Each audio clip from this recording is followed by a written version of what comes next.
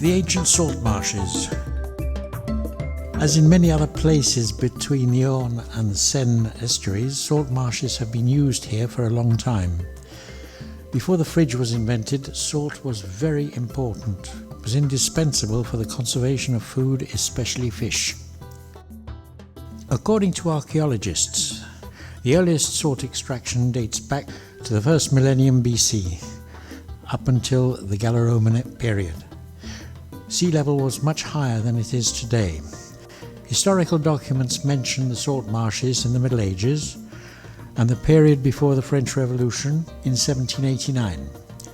William the Bastard, also known as William the Conqueror, and his descendants were involved in the salt extraction in the 11th and 12th centuries. Merville had an important salt activity at Escanville with up to 40 workers. Tithes were paid to the Trinity or Ladies' Abbey in Caen.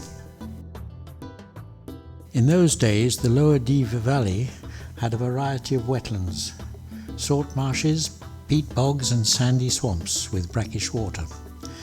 Extracting the salt was a way to use the soil and the water, and it also helped to drain the marshlands. The climate in Normandy does not use evaporation to extract the salt, as in the south of France, and other techniques were used to get the salt out of the water. In spring, the tidal waters saturated the sand with salt. The sand was rinsed repeatedly until a concentrated brine was obtained. In huge boilers, this solution was cooked, the water evaporated, and the white salt crystals were left. Several reasons caused the decline of the local salt industry. The salt tax, implemented in the 14th century, the 100 Years' War, the high production costs, and unsure weather conditions, and the competition.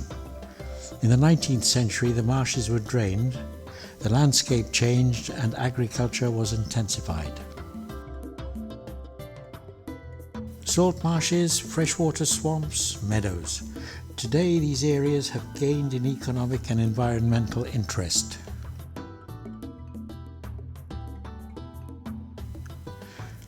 The drained marsh is now used as grazing land or for cultivation, for haymaking or cereals, thanks to the regular clearing of the ditches, drains and small canals.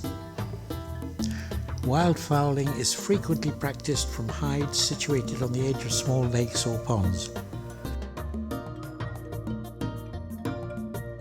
Apart from aquatic birds, mainly hunted at night, our land animals are the usual foxes, hares, coypus, muskrats, as well as moorhens,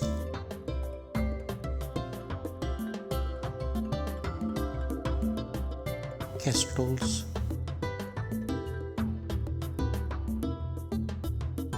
wood pigeons,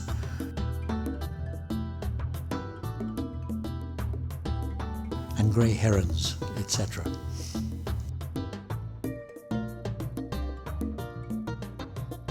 The flora includes reeds, iris, calthus, comfrey, ranunculus, daisies, and hawthorn.